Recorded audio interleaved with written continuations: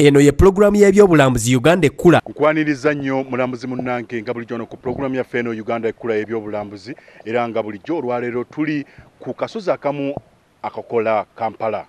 Obusozi bungi nnyo naye olwaleero tuli ku Namirembe Lutikko era nga olwaleero tugenda kuba tulambula ebyafaayo bya Namirembe oba Lutikko eno yatandika etya era byatuukawa. Baani abakola ekinene nnyo okulaba nti nno Lutikko eno Namirembe ebeerawo.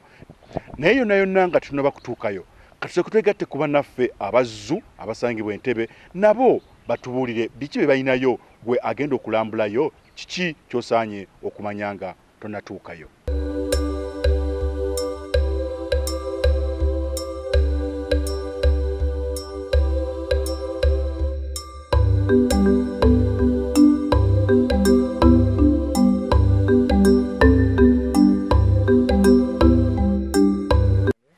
Eno ensolo eyitibwa emmondo yeefaananyiriza ddala engo. Abasinga ku byalo we mulaba emmondo muba mumanyi mwalabye engo. Emmondo kasolo katonotono kafaanana nga kapa. Enjawulo eriwo nti kaneneko okusinga kapa. Jangu ku Uganda Wildlife Education Center olabe, oyige, onyumirwe n'ebirala bingi ebikwata kasolo kaffe ke bayita emmondo.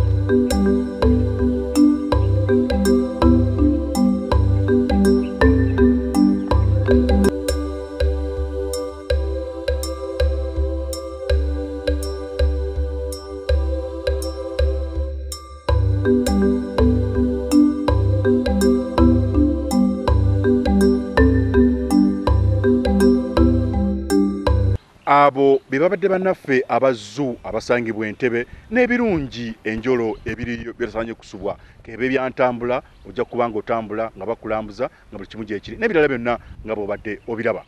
Ate nno kati munnange omulambuzi katweyongere mu programu yaffe Uganda Ekula ebyobulambuzi era tulabe Namirembe oba Lutikko esibukamu endala zonna z'omanyi eyasangibwawo era kasangwawo. Katulambule ffenna mulambuzi munnange n'omuweereza Hamani Kalanzi nga tuli ku Bukede TV 1. Tuzze tulambula nga batuli nti nno Uganda Ekula eggwanga lyaffe lino tulitambudde wano na wali nenno era nga tukyali ku enkizo yaffe ey'ekibuga Kampala okutwalamu Kampala omukadde ne Kampala omupya olwaleero twakutegeeza mu programu zaffe zonna ezizze zibeerawo nti Kampala ono akolebwa ensozi eziwerako mu byonna olusozi nga Lubaga twalulaba Kampala omukadde oba odi Kampala n'ebyalo ne tubiraba ate olwaleero katandike ku lusozi era ddala olw'enkizo oluyitibwa Namirembe. Abaffe bw'owulira Namirembe gy'oli oba oyita mu kitundu ekiyitibwa Namirembe otegeera ki? Mu byonna lindirira tulambule ffenna olusozi Namirembe naye ng'era ekyenkizo ye kanisa. Ye kanisa esangibwa mu kifo kino emanyiddwa obulungi nga eya St. Paul Cathedral Namirembe oba giyite Lutikko eya Paul omutume era wano e Namirembe. Tewakyali kubuuza kulala kwonna wano we tuli tusaanye kusubwa mu kumanyako naddala bannaffe ab'ebyobulambuzi nga onojja okulambula ekifo kino. Biki ebisangibwawo wano mu kulambula kwaffe? Mulambuzi munnange nga n'olwaleero tulambula ffenna olusozi luno Namirembe n'ebyobulambuzi eby'enkizo ebyengi ddala ye abaffe Namirembe kye ki era atandika ddi? Abamanyi era n'abatunuulizi ab'ebyafaayo tukimanyi bulungi nnyo nti olusozi luno kwe kuli ekereziya emanyiddwa nga ey'Abaprotestante era ekitebe ekikulu. era bwe gutyo bwe gwali mwaka ogwali 1889 ekkanisa eyasookera ddala nezimbwa ku lusozi luno olwa Namirembe, naye era Namirembe kisigala kyeki. Ekkanisa nno gye nkutegeezaako eyasooka ku lusozi kuno yali ya ssubi, era ddala wuliriza nnyo ebyafaayo. Obutakulisaayo nze Hamani Kalanzi omwanjuzi ono ku Bukedde TV mu pulogulaamu yaffe eno Uganda Ekkula.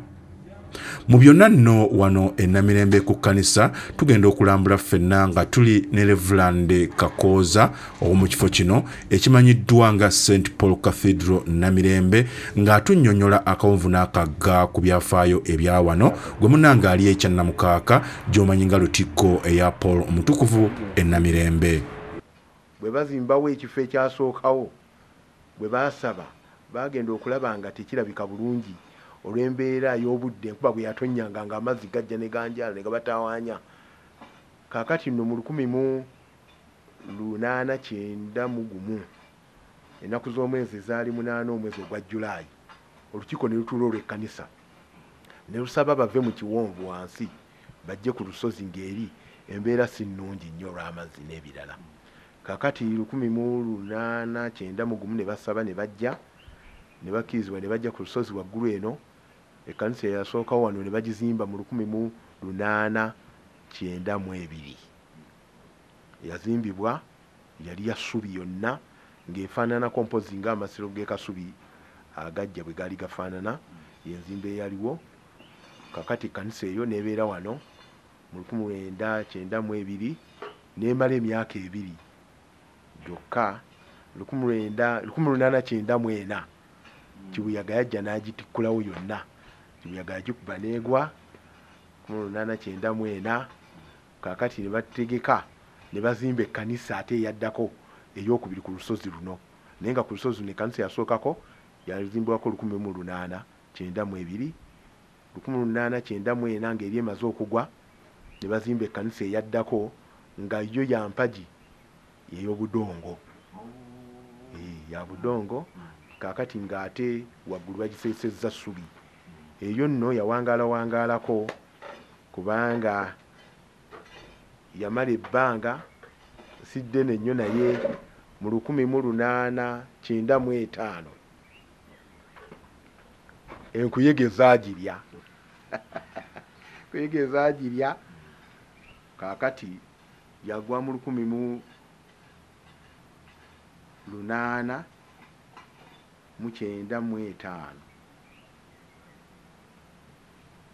Yazimba 1892, then yawangalako katonoko okusingako eri yasooka, kubanga eyasooka yali ya 1892. Kaakati bwe yagwa mu 1894 yaddako yawangalayo emyaka nga 6 neetuuka mu 1991. Eyo enkuyege ze zaagirya, zaalya enkondo zikwe baali bakuba obudongo, eyo neegwa mu 1991. Kaakati eyo bwemala okugwa ne bazimba ey'okusatu. Eyo yazimbwa ey'okusatu yazimbibwa mu 1991, naye gye baasooka okuzimba wano ku lusozi luno nga y'amatoffaali. 1991 ne bazimba ey'amatoffaali yasooka, naye era nga waggulu bagiseresezza ssubi. Kaakati bagiseresa essubi waggulu y'amatoffaali, eyo neewangaala ebbanga erisingako kubanga bamalawo emyaka 9. Era mu 1910 ekyomukiru yagikuba n'ekwata omuliro. Era bwekwata omuliro nejja ne batuula ne bateesa okuzimba ekkanisa endala eneebeerako ebintu eby'obuwangaazi, eteetawaanyizibwa Kibuyaga, eteetawaanyizibwa Laddu oba Musisi. Kaakati 1911 ne batandika okuzimba ekkanisa eno gye tulaba wano. Kaakati bagizimbira ebbanga ddene kubanga ate mu kiseera ekyo baali bagizimba Ssematalo bwe yajjira ne bagenda nga bayimiriramu ebitundu ebimu, ebiseera bwe baleetera ebimera nga emmwanyi n'eppamba, ate abantu abaali bakola ku mirimu gino ne batandika okudda mu kulima ne badda mu byobusuubuzi kwegamba eno eriwo kati gye tulabako yatandika okuzimbwa mu 1911 1915 baali bagimaliriza nga bakyagizimba era mu 1919 lwe bagitongoza mu butongole yatongozebwa wano ng'ennaku z'omwezi 13 Sebutemba 1919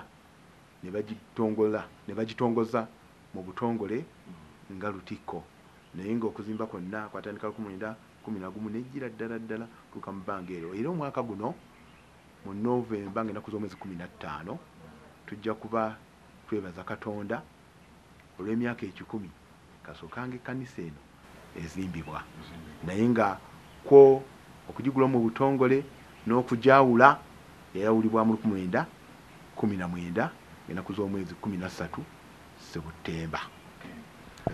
Mu Reverend nga ena tuvuddeyo tulaba ey'amatofaali ezze okubeera ku lusozi kuno amatofaali olwo gavuddewa amatofaali ago gaakubibwa abantu abali mu kitundu kino kubanga bali bamaze okufuna okuyigirizibwa okukuba amatofaali n'okuwandiika n'okusoma nga omukulu ayitibwa Makayi Alexander Makayi yayigiriza abantu emirimu mingi mwalimu emirimu egy'emikono mwalimu okuwandiika n'okusoma nga abayigiriza ennateete kaakati abantu bano okukuba amatofaali gano bayambibwako waliwo omukulu ayitibwa Borap bannaffe bajjajjaffe abaliwo abakulu bamumanyi nga Boola yali mwami musajja oyo yali mu Germany Borap naye yaleeta ebyuma ebikozesebwa mu kulima